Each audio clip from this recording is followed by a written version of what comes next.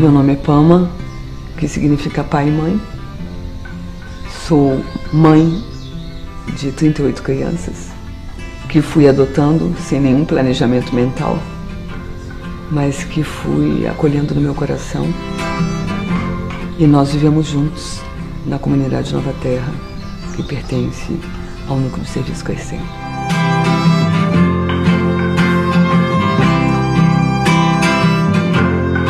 Nós estamos juntos nessa tarefa desde 2003. O Crescendo existe desde 1993. Em 2003 nós tivemos o primeiro grupo de crianças que constituiu esse grupo familiar diferente, mas onde nós nos sentimos irmãos. Quando eu retornei da Figueira, na tarefa que nós fizemos lá durante 3 anos, que foi o trabalho da Irmandade, o município de Teresópolis estava com muitas questões, com muitos problemas com crianças. Me vieram dizer que uma assistente social estava me procurando muito por causa de 3 irmãos que estavam passando por uma questão difícil e que eles iam ser separados, né? Cada um ia para um lugar, eles já eram maiores, a mais nova estava com 5, o outro estava com 9, o outro ia fazer 13. E que ninguém ia adotá-los, e que eles iam sair do município e iam nunca mais se ver. Que já tinham perdido contato com uma irmãzinha, e se eu não podia, de alguma forma, recebê-los.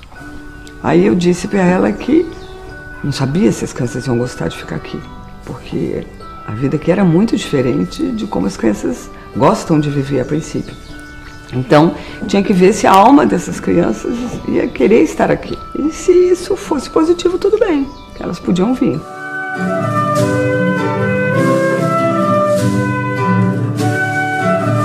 Elas vieram acolhidas pela instituição, pelo Crescendo. E aí nós começamos um trabalho. E eu tinha uma angústia dentro de mim, por elas estarem ainda institucionalizadas. Toda noite, quando eu ia dormir, eu ficava assim, o que mudou na vida dessas crianças? Elas só mudaram de instituição. Será que isso é suficiente para que elas percebam e transformem algumas coisas dentro de si, que elas consigam transpor todo esse sofrimento, ficarem mansas diante de tudo e ficarem no bem? Eu tinha essa angústia. E percebia que para o grupo também, o grupo tinha elas como estranhas, como crianças que tinham chegado e que geravam problemas. E os colaboradores, quando vinham aqui, se relacionavam com elas como crianças orfandadas. E tinham pena delas.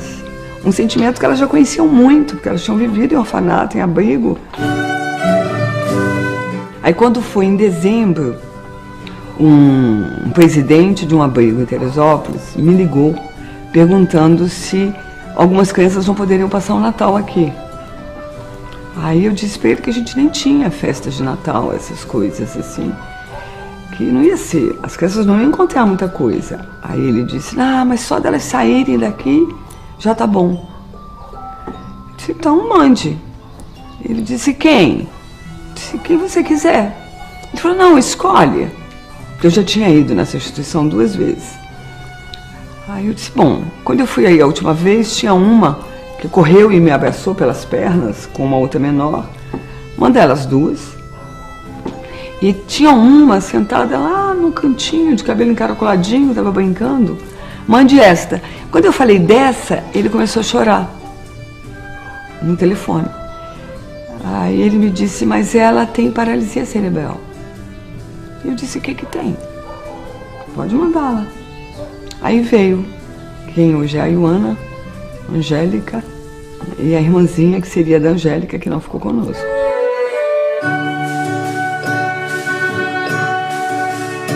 Quando foi em março, abril, essa mesma instituição tinha que fazer um trabalho de higiene em todo o sanitário, em todas as fossas, e precisava tirar todas as crianças de lá.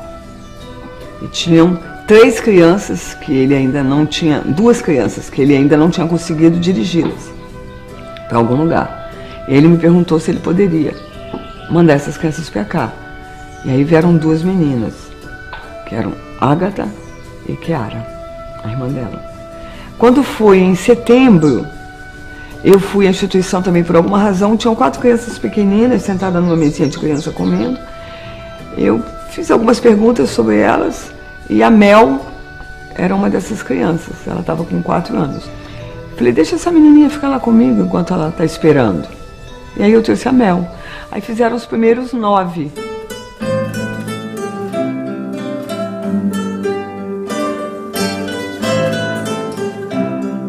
E eles, enquanto isso, estão na instituição. E eu, com a angústia, percebendo a relação do grupo com eles, deles com a gente, percebia que eles não se sentiam em casa. Eles não estavam à vontade. Eles se sentiam institucionalizados, apesar de serem pequeninos. Então tinha uma tensão, tanto do grupo para eles, quanto deles para o grupo. E eu que era a referência, assim, mais de intimidade para eles. Mas mesmo assim, eu era apenas a presidente da instituição, né, a coordenadora geral. E eu tinha isso ficava dentro de mim enquanto tudo estava acontecendo. Aí eu resolvi conversar com a juíza, partilhar essa angústia que eu sentia. E aí eu disse, doutora Inês, tem alguma coisa errada. Tem alguma coisa errada. O tipo de relacionamento que as crianças estão estabelecendo conosco e nós com eles não vai curar o que podia curar. Sim, porque eles não estão inteiros e nós também não estamos. Não tem amor. Tem quase que um favor. E eles não têm opção, então eles não temos escolha. Aí ela disse para mim assim, adote. Eu falei, como? Ela falou, adota eles. Eu falei, eu posso? Ela disse, sim. Vim para casa, chamei eles, fiz a pergunta, eles riram daqui a aqui. Ágata, Chiara, Iaco, Francesco, Catarina, Bernardo, Angélica, Mel e a Ioana.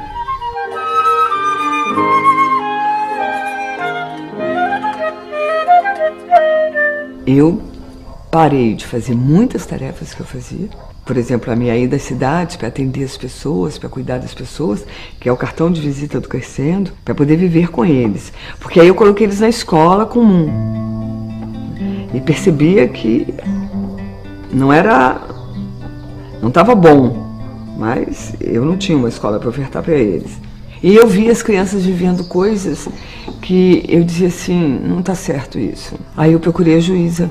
E aí eu disse para a juíza, vai ser muito hilário, muito engraçado, daqui a 6 meses eu ser chamada na escola, porque as crianças da PAMA aprontaram na escola, fizeram isso, fizeram aquilo, e eu tenho que levá-los para o psicólogo. E disse para ela, essa adoção é séria? É de verdade? Ela disse, sim. Eu disse, sim. Então eu quero uma oportunidade para que eles estudem dentro do núcleo. Que eu possa abrir uma escola, a princípio só para eles. E se isso der certo, um dia a gente oferta essa escola para outras crianças. E ela disse, concedido.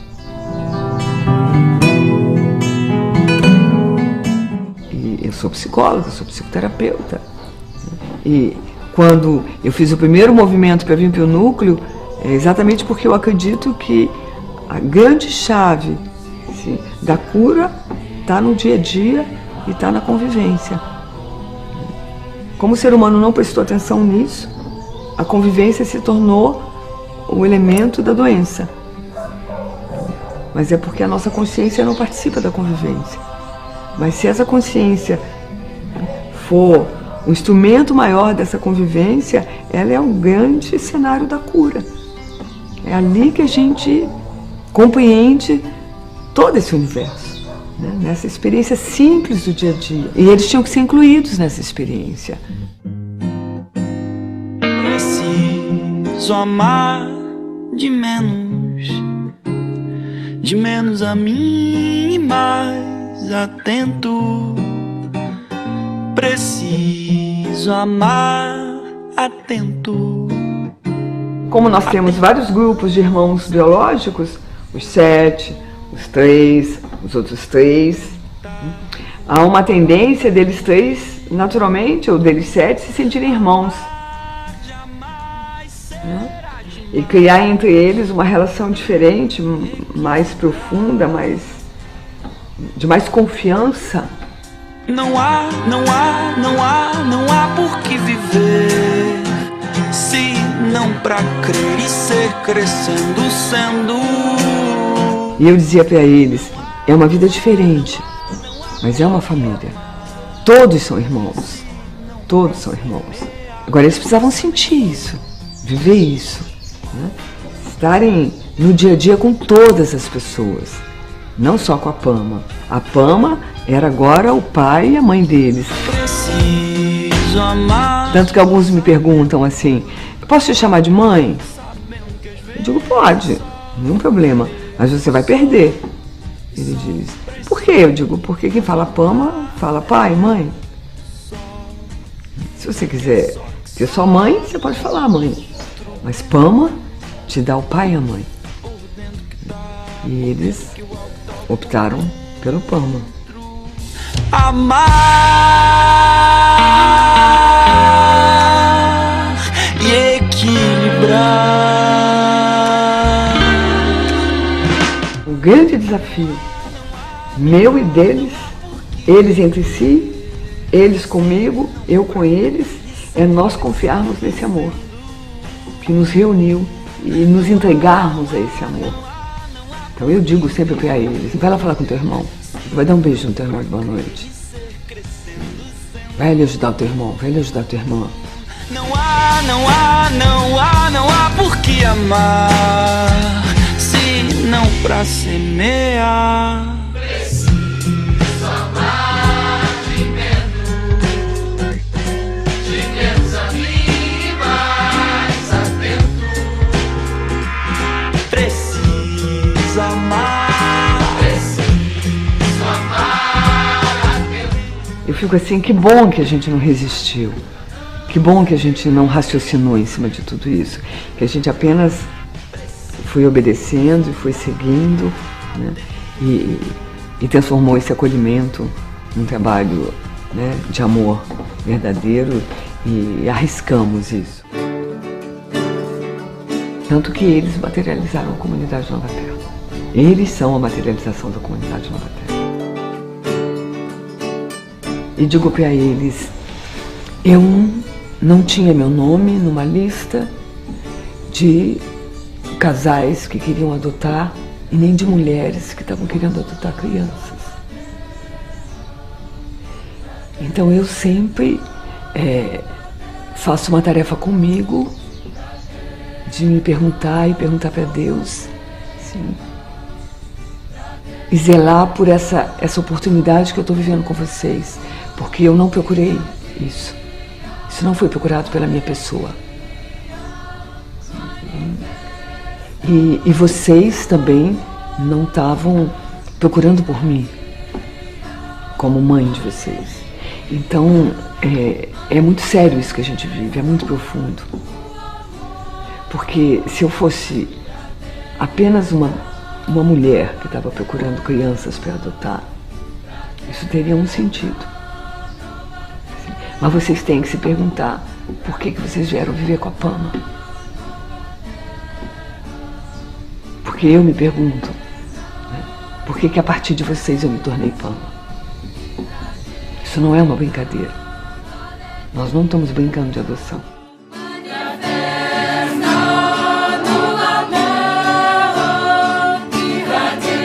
E eu digo para eles sempre, eu amo vocês. Eu não tenho a menor dúvida de que eu amo vocês. Sim, e que eu tenho uma relação com o ser de vocês, com a alma de vocês. E que o nosso encontro é um encontro guiado por Deus.